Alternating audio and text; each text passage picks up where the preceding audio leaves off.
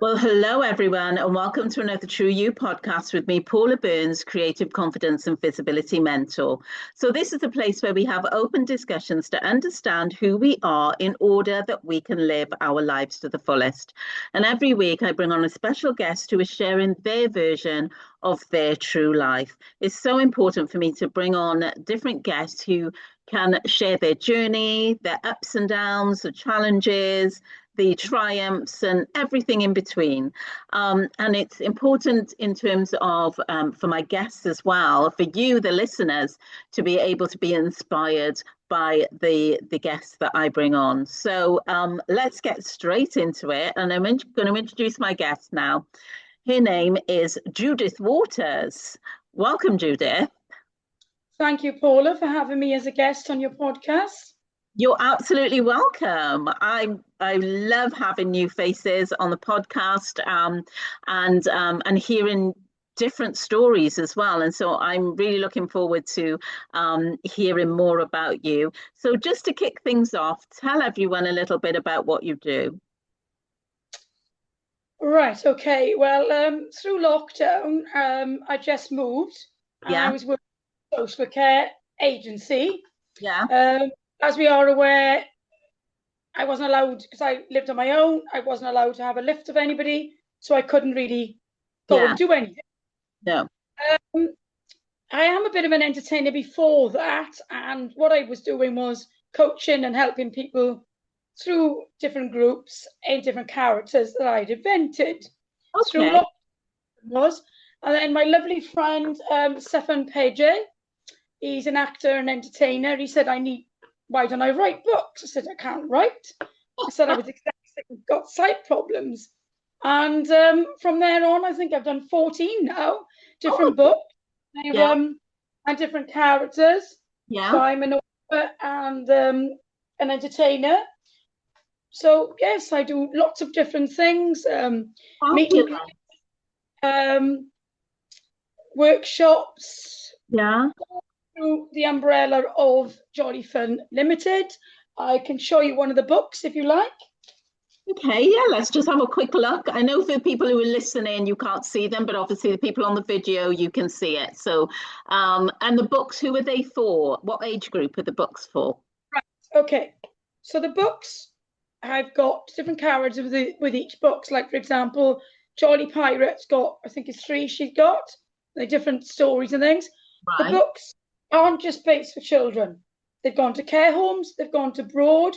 So for you, English is a second language, that helps as well, helps with different types of abilities. So for example, the books are all got lots of room in it. So they're big font, so you can write, scribble, draw, stick, and it's not too much, especially if you've got sight problems or dyslexia and things like that. You're not overbound with loads of words. Yeah. You've also got pages. Yeah. And also you've got activities in them. So there's stories, adventure, activities in them, and there's no violence in any of my books. No. I don't think there's enough violence in the world. So that's Jolly Fun books. We've also got little colouring packs. So I call them the travelling packs. Mm-hmm. And they're good if you're travelling, not if you're driving, because you can't obviously colour.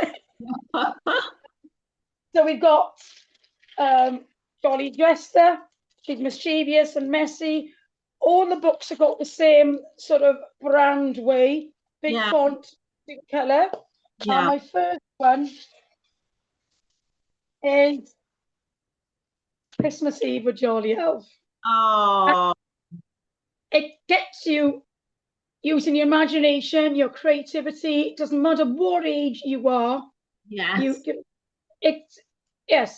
Adults buy my books sometimes more than the children do. Yeah, and I feel that, sorry for interrupting, Judith, but I feel like that's so important that we, even as adults, because we're all attracted to that creativity or that creative side of us, even if we don't consider ourselves to be creative.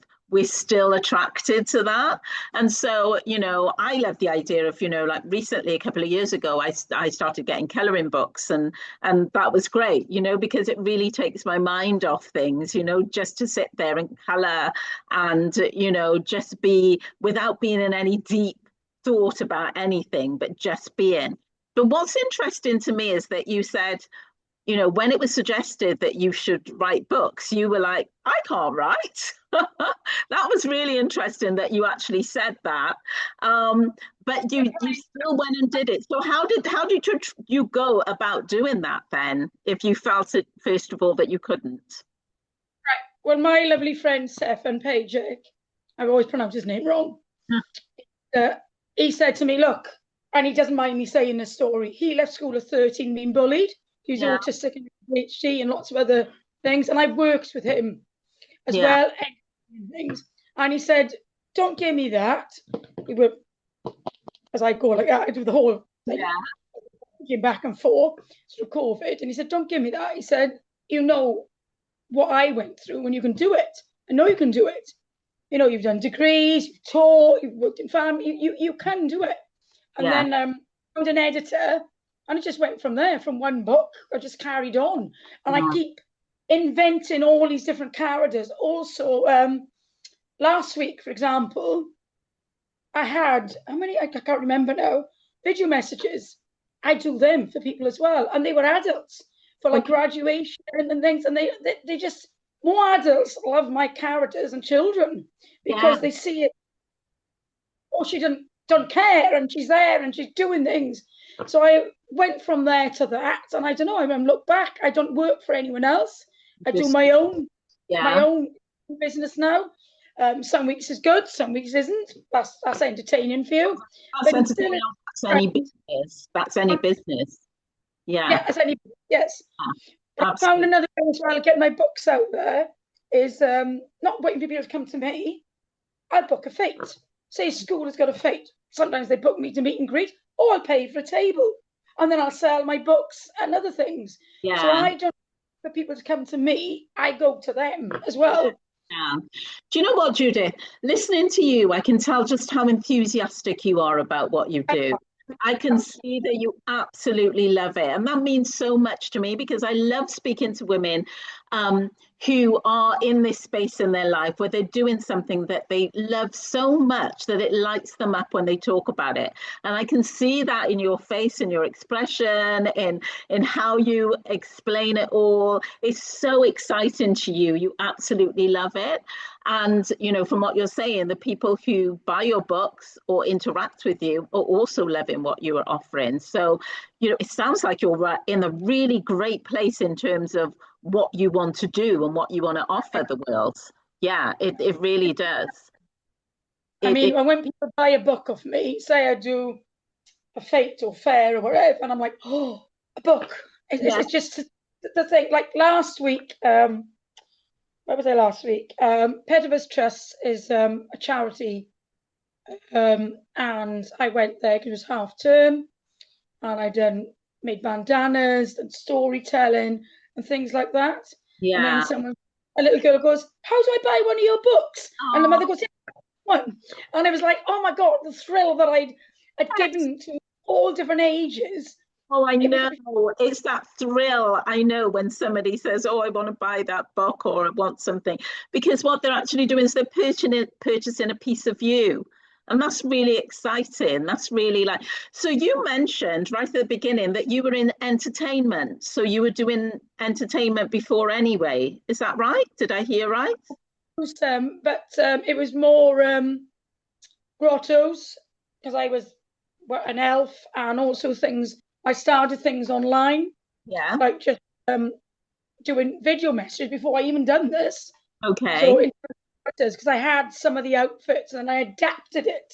Yes. And I've also been well-being coordinator in a care home and lots of different things like that. Yeah. So I will thank my dad for this. Although I'm not going to cry. Oh. He is alive, but he's not very well. Yeah. So basically, he was mobile greengrocer. Yeah. Yeah. And he taught me how to communicate. and how we made it fun when the both of us were selling together. It was absolutely like a TV sitcom. And I learned that. So whenever I went for a job, even though I've got a degree, a master's, and I got a PhD and things, I always said to them, when I went to family centre, look, I may have it on paper, but the experience I've got makes more than just having all the qualifications. And I always say that to everybody. It really does. Yeah, being able to communicate, see, Paula, because a lot of people communicate. Do it. It's not natural for them. So, you know, and a lot of people, and again, in this society, in this day and age, a lot of people are hiding behind computers and, you know, technology and now AI and all of these things. And people they've lost the art of communication, you know, and you're doing it in so many different ways. And you grew up with that. You've got those memories with your dad as well, you know, just making it fun and all of those things. So that, and a lot of things are so connected, because you've already sort of talked about, you had that time with your dad and the connection and how, you know, you could do the communication and all of that. And then you did the stuff with the elves and that type of grotto thing. It all links, because what you're doing now in the book, even though you thought, oh my gosh, I'm not a writer, I can't write books, it is connected. It is connected because of your previous experience. And with my creative mind, with a lot of people say you're ADHD. I haven't been diagnosed, but I think they're right. This is hard for me to sit still. I think most of us creative people are, so don't worry. I just typed, and I had an editor, and I thought if she hadn't tidied things up, it would have been like a blur. And we talked about, obviously we've done FaceTime. That's the only way we could do through lockdown. And that was really hard, and emailing and FaceTiming and bits and then talking. But I say it as it is, and so we had to sort of, like, in the end, we'll get to this now. Say, for example, she said, look, if you just type in, don't worry about spaces and capital letters, do it as it comes. Because otherwise, when you stop to think, that's when it doesn't flow. Does that make sense? Yeah. But a lot of people ask me, where did all these ideas come? I said, middle of the night. I was on my own. It was like through lockdown. Most of them were written the middle of the night, 2, 3, and 4 in the morning. I get up and I just start. I've also got little morning songs for most of my characters now. I just keep involving different things. I'm very passionate what I'm doing. I can tell, Judith. So Judith, I want to ask you a little bit about your journey that got you to doing this and what you do. So I always ask this question just to find out, you know, how did you get to this point in, you know, in your life where you're doing this thing that you absolutely love? Because, and the reason I ask this question is because I feel like my listeners are listening in, and there's some people that feel like they're stuck. They don't really know where they're going to go with their life. They realize that they're not living their true life, but they feel like everyone else has it easy, or they don't really know that there has been a journey for people to get to where they are. And so I think it's important for me to sort of like have those conversations with my guests to sort of just get a little bit of an idea what it was like for you when you were younger. What was your journey like? What was it like as a child? And what sort of jobs you did before you actually came to this point in your life? Right. Brought up in the farming industry. Yeah. My well, anyone who's not Welsh, their grandfather. Yeah. You know, at a young age, you drove tractors, you baled hay. I suppose don't listen to this, teenagers. I struggled in school because I wasn't diagnosed with dyslexia until later on. Anyway, what jobs have I done altogether? Oh gosh, that's schools. I've worked in schools, especially when I was doing my masters. Deprived areas, units, additional needs. What else have I done? I can't really think. Buying and selling. So excuse me. Sorry, Judith. I'm just going to butt in. When you were in school, because you said you struggled when you were in school. So did you get involved in any creative things when you were growing up? No. Oh, really? You didn't? They used to put on in the small village of Gower, the local village hall, and we used to have once a year, teenagers or young ages, even adults, we'd have music, get up and dance and sing. I've done that. Yes. I remember doing the can at 15. I can't do it now, like cartwheels across the hall. I've done quite a few things like that. But no, I've never really had any lessons, singing lessons or anything. Did you feel at that time that you did have that creative streak in you? Did you really enjoy it? I did enjoy it. Yeah. But of course, I was ridiculed a lot. Or you're fat, or you're this, or you're that. Right. And it took me time to realise I don't care. I own the way I am. Yeah. It is what it is. You are who you are. I'm loud because everyone says that. You're loud. There's nothing wrong with that. Yeah. If I go quiet, anyone who knows me, Paul, I will like, you okay? What's going on? Yeah. Even in church, because I'm not bringing religion in, because I know not everyone is religious, but I am. I've got faith in church. I've got faith as well. So you can talk faith with me because I love it. And I've taught faith in my podcast before. So Christmas Eve, for example, I'm going off track now. I've been working. I'm in character as Jolly Elf. Yeah. I've gone down to communion. Father John is oblivious. He said, you can turn up in any character you want. You can come out. Yeah. It's funny, Christmas Eve, the people that didn't know me, because as you know, Christmas time, people come out to church if they don't go. Yeah. And people going, why is she dressed like that? And other people are going, I'm going down of communion. And they're all going, no. Exactly, because you're just you, and that's what you're like now, because as you say, you came to the point where you accepted the fact that you knew who you were, and you were this person who got out there, just showed up for life. And I feel like so many times, people, as they're growing up and as they're developing into their own character and themselves, that is squashed by other people. Because other people are going, oh, well, what's they doing? Why are they doing that? Why do they look like that? And we listen to these external voices because, we're just developing ourselves, as we're growing up, we're developing. And then when we hear people saying things, it stops us in our tracks and we stop being the person that we really are. And that's depression then. A lot of people are because they can't own who they are. Yeah, exactly. Exactly. One of my friends, I've been friends with about 5 years. The other day, we were out and about because I can't drive because I got a side problem or something in the story, that is. Yeah. And I was out waiting for her. And I thought, where is she? I won't be long. I'm running late. So I put music on my phone now. There on the pavement. I don't think nothing of it. And I'm just liking people like that. I don't do it for attention. I do it because this is who I am. So I want to put music on. I'll have a dance. Put music on. Yeah. It puts a smile on people's face, and no matter what anybody says, if you can put a smile on people's face, you're halfway there.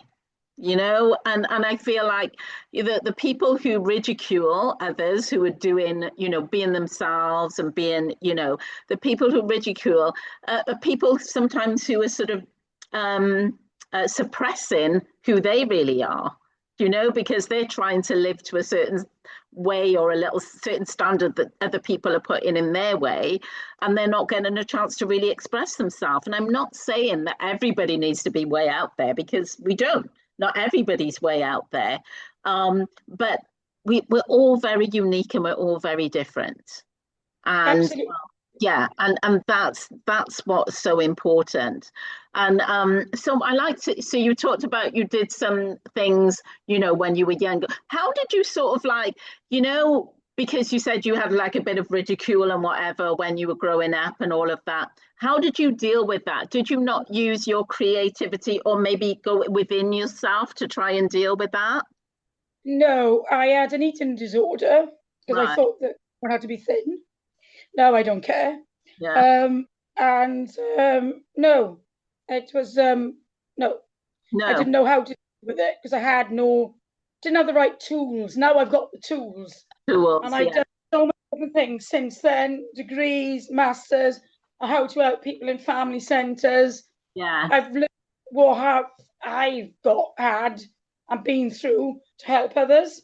Yeah. And I think that, because I've worked in social care, I've worked in projects where women have had children taken off them because they've had drugs and alcohol, because they've been abused. So I've used all my experience, and not to judge anyone. That's the one thing we must not do, is judge anyone. Unless you can walk in their shoes, don't. And now I know how to use the tools. It's took me a long time to accept who I am. I'm loud, I'm assertive, I just love being who I am. Yes. I mean, I have put a bit of makeup on today. That's not really me. Fab, honestly. No, I got a red hat on, or I'm this, I'm that. That's who I like being. I love the way, Judith, that you said you love being who you are, because do you know what? I feel exactly the same. I came to a point in my life where I absolutely love who I am, and not to say my life is perfect, because nobody's life is perfect.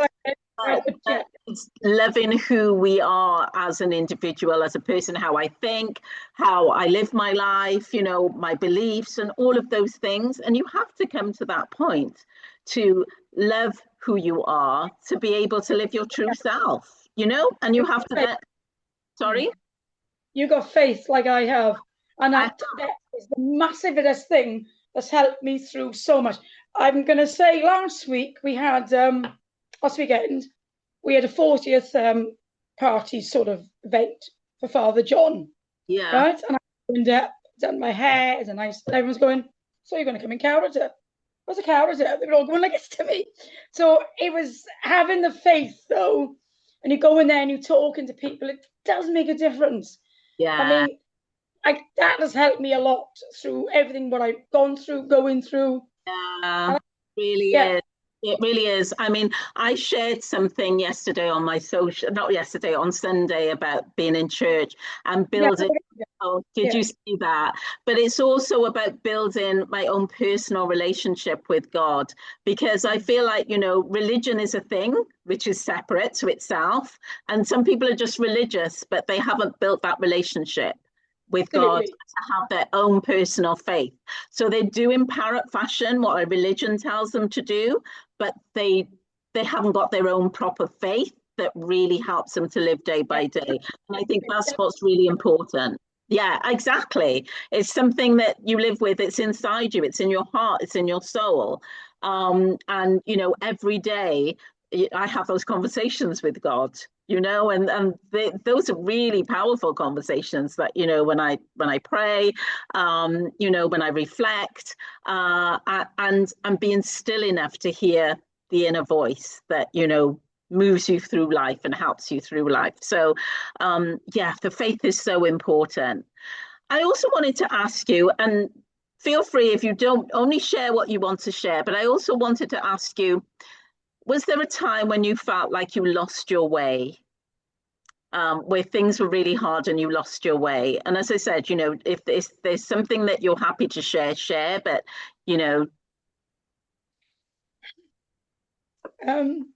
Oh, Judith, I don't want to make you upset.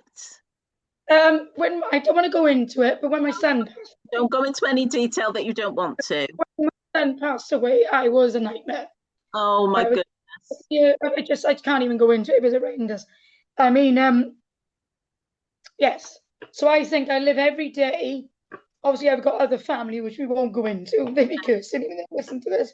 But when he went, it was like a part of you went. It was very hard.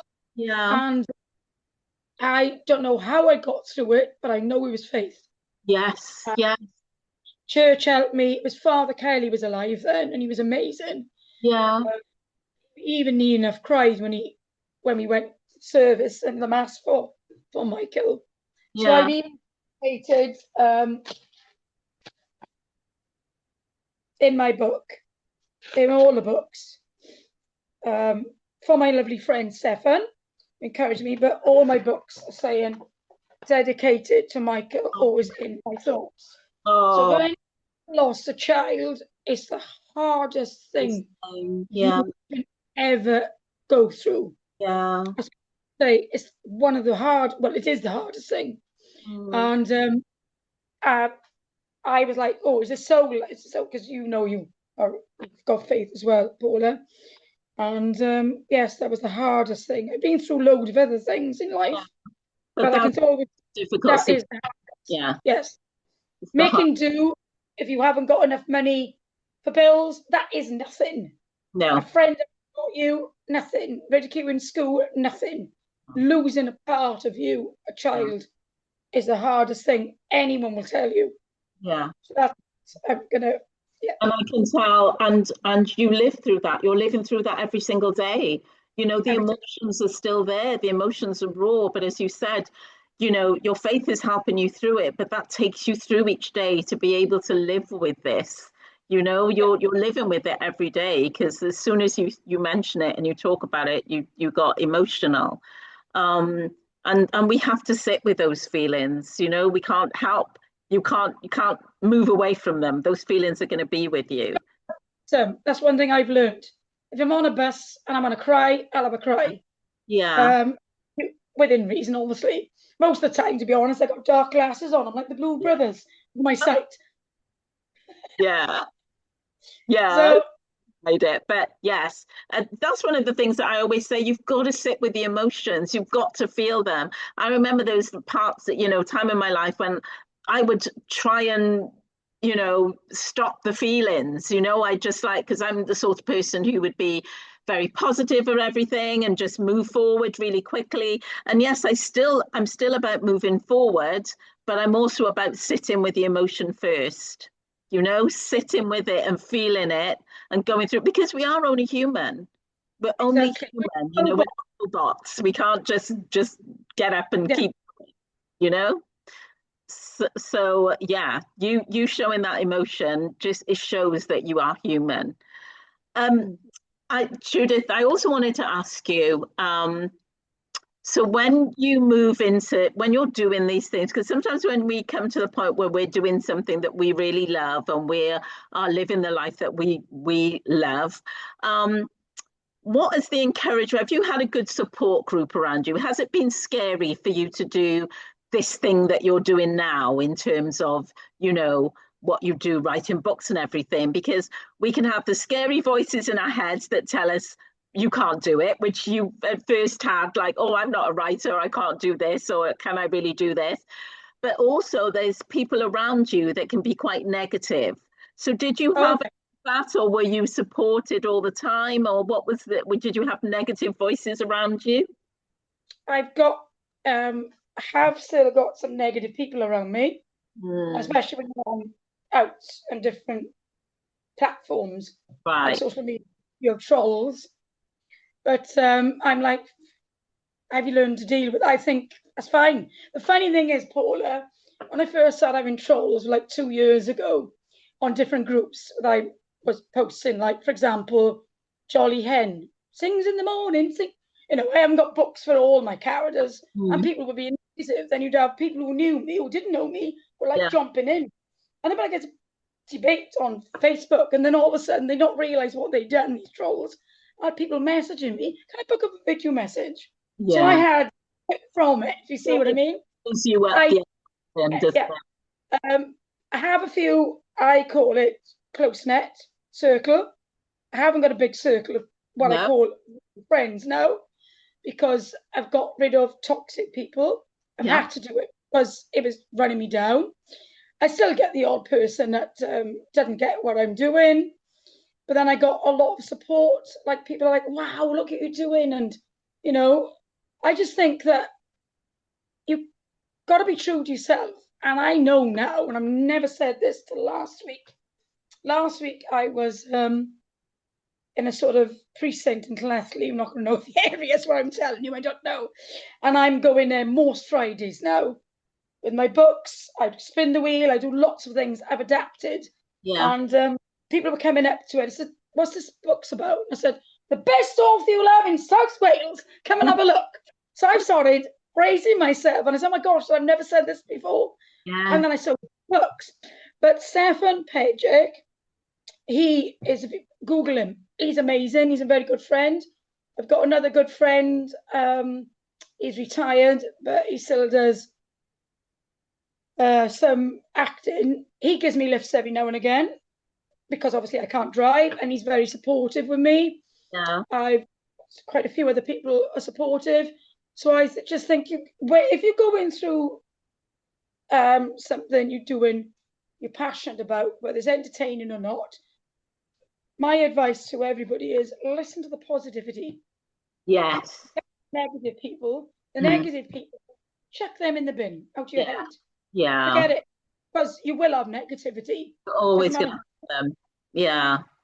You will have negativity. You know, even all the famous people have negative people who will run them down. Yeah. She's wearing this, he's doing that, he's doing this. Ignore. They're just all jealous because they want to do something rather than just sit down and watch TV all day, whereas you were doing something that you like, you're passionate about, you're helping people. I always say that if you've got time to criticize other people, then you're obviously not doing anything. You know, that's my saying, as well. That time from and that energy, because I have absolutely no energy left to be watching other people and then not encouraging them, or to be, having something negative to say. So yeah, it's getting to that point where we don't let it control us, where we don't let that negativity control us, because a lot of us, a big part of our lives can be around being controlled by negative people. And so once you get past that, it's the best feeling in the world. Best feeling in the world. And I also, through Facebook, I got quite a lot of nice people involved in my life. Yeah. A lovely lady, Adele. She's a manager of Pound Restaurant in Llansamlet. Yeah. And started going up there. I don't know how it happened, but I started going up there every now and again. I went there the other week as Jolly Pirate. And she said, "Oh, do you want to do, I don't know how it happened, video." I had nothing planned. So I can send you a bucket and spades a year today. And she just made that up, Then a swimming pool, I was in it. And it's just a bit of fun. Like, I'm bringing fun to the store. She's next minute, she's posting me on TikTok. I wasn't doing it. We just got talking, and we've just sort of did it because of you. Yeah. So, and I make things up or create things, whatever you want to say. But I can do it that way easier than I'm told what to do. Like, you can see I'm fidgeting. To be sitting still is very hard for me. Yeah, you're very animated. But then that makes it really interesting. That makes you interesting. And I must say, that's a gorgeous colour on you. I do like red. I got to admit, this is about 8 years old. I'm starting to use up things now because, again, if I'm home working pajamas, like most women probably, or cleaning, so my stock or whatever, and unless it's like this, obviously, I'm thinking. Functions. What functions? I don't really go to functions. I have had 2 the last couple of weeks, and now this one. So 3 dresses in 2.5 weeks now. That's enough. So I'm not using the clothes. So I started like if my friend, lovely Claire, she's absolutely amazing. She drives. I don't drive. If I need to go meeting, she'll give me a lift sometimes. But I swapped with her. I hope she doesn't mind me saying this. I looked after an autistic son for a couple of days for her to meet a partner a few weeks ago. He's autistic. He's 15. And I stayed overnight, and I was there for a few nights. He went to school and he came home. So we help each other out, basically. Yeah. And go on. Yeah, no. So I was just going to say, you've got so much energy, Judith. You really have. I've got like the last few questions that I'm going to ask you. And go on. Yeah. So these are quick fire questions that I'm going to ask you. Okay. I love getting these questions out. I ask all of my guests this right at the end of the podcast, but it gives me more of a measure of which I feel like I know the measure of you anyway. But I feel like I'm going to know a lot of the answers to these. But I'm going to ask you anyway. Okay. So first question is, do you understand what makes you truly happy? Yes, I do. And I what's do. that? What truly happy is just being myself. And I know I'm bringing faith into it, fitting in church each week, Yeah. family, friends. I don't mind being on my own. Quite Yeah. like being on, Yeah. because then you can meditate, you can pray, you can Yes. reflect earlier on. Yeah. Got time creative. Yes, I do. It's Yeah. quite a list. Yeah. Yeah. Yeah. You, and I like that because you've said there's not one thing, but you know all of the little things collectively that make you feel happy. And do you know what? That is so important. I can't even stress this enough for people who are listening. You have to understand what makes you happy because that's the only way that you can strive to make sure that you include those areas in your life. And so, yeah, I loved it that you sort of like gave. You can't Sorry? have something coming into your life. Like I've seen it because I haven't done it for a while. I run a single social thing as well, but Yeah. I haven't done it for a while. People think that having someone in their life as a partner, Will bring them husband, wife, happiness. It doesn't. No, it doesn't. You've got no. to like yourself. You've got to be able Yeah, to come to yourself. I mean, I've gone abroad on my own. yeah, You know, yeah, done lots of things on my own.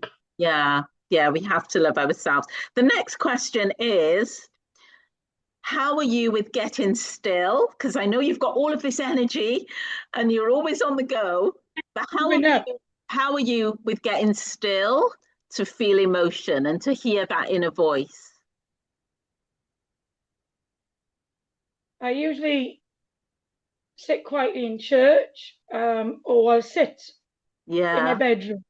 yeah, Phones away. I've started to do turn the Wi-Fi or data, whatever you want to call it, off my phone and set times yeah, and reflect.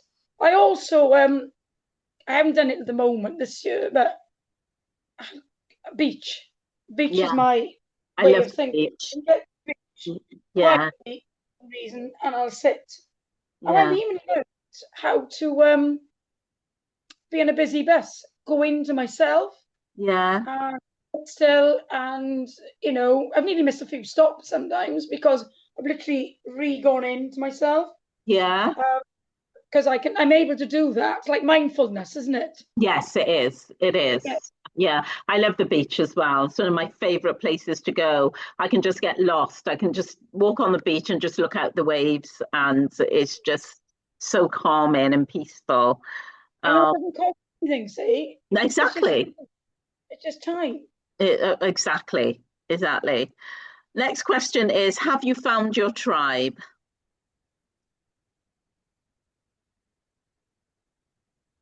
Right, okay. Can you explain more what you mean by Right. tribe? So I think you sort of alluded to that anyway, because you said about people who really support you and people who Oh, you've got a good community around you. So yeah, your tribe is the people that support you, who cheer you and champ you and you on, people who understand you. I got quite a lot of people which I didn't realise. Yeah. Going back last weekend when we had the function for Father John's 40th, and I wasn't aware how many people from church came up to me and was like, "Oh, you're doing really well," and when you count, Yeah. like I went home and was like, "Oh my gosh, is this really me?" Yes, I have got a lot of positive people around me. Yeah. Um, Yeah. quite a good few friends as well that you know, if I Yeah. celebrate an event or let me know if you've sold books, that kind of thing. Wow, Yeah. Yeah. Yeah. And your tribe is just people that you know that you can call on, that, as I said, people that know you and understand you and they get you. You can be yourself totally around them. So well, I yeah, can father the priest. yes, I mean, I forget sometimes he's a priest. yeah, Um, Loves it. I'll be popping into church tomorrow morning, so have Yeah. a chat with him about some things I want to sort out. So I can you have got a tribe. You have got a tribe, and you probably don't call them your tribe as much, but you have got people who support you. Yes, yeah, it's people who support you and know you. Right, and the final question I have for you is, do you love yourself unconditionally? I do know. Yeah. It is. I mean, it is what it is. I went to a family party a couple of weeks ago, and I thought, right, but I got to behave. And I was told, no, get up, get the music going, get dancing, do what you want. Oh, it was like a Greek god, that was. I love rock and roll. Yeah. I do know. Yeah. I'm not everyone's cup of tea. I'm like, Mama, do you want to love me or hate me? Yeah. But it is what it is. So we can't. Yeah. Yeah. Yeah. Judith, it's been an absolute joy talking to Really you. Having me. A bundle of joy, a bundle of joy. And I bet everyone can feel the joy coming out of their whatever they're using, whatever digital platform they're on, they can feel the joy. So thank you so much for being on the podcast. If people want to find your books, where can they find you? Is that online? Where can they find you online? I will share your links as well, but just so that if you can tell people. They'll have to pop me a message and I would have to post them, and because yes, that's the only way I've got. Yeah, that's fine. But so is it social media? Is that the best place to find you, on Facebook or Facebook? Because most people are like when you said about Zooms and emails. Yeah. I tend to try and keep things easy. Yeah. I think it's a bit all over the place, and because I'm running my own social media. Yeah. Bookings, and it was just getting a bit overwhelming. So I got to admit, today it was, but I'm fine now. And Messenger, if possible. Facebook Messenger is the easiest thing. What I'm trying to say is, like, trying to get everything into one platform that message people back. Yeah. So, and if I wanted a video message of different characters, say Christmas, do everything throughout the year except Halloween. So if anyone wants it, let me know. Okay, and it's just under your name on Facebook, Judith Waters, or have you got a separate page? We've got Jolly Fun Ltd or Judith Waters. Okay, fabulous. Okay, well, I will share the links anyway with this podcast, but I just wanted to sort of you to share that a little bit so that if anybody just listens, they can think, oh, right, okay, I can just find you online without having to search through the information. So thanks again, Judith. Thank you so much. And just keep being yourself. Keep being yourself. Keep spreading that joy, because it is infectious. And to everyone who has been listening, I hope you have been inspired and you are catching some of this joy that we've been sharing in the podcast today. I'm going to be back next week with another amazing guest. But in the meantime, keep being the true you. Bye, everyone.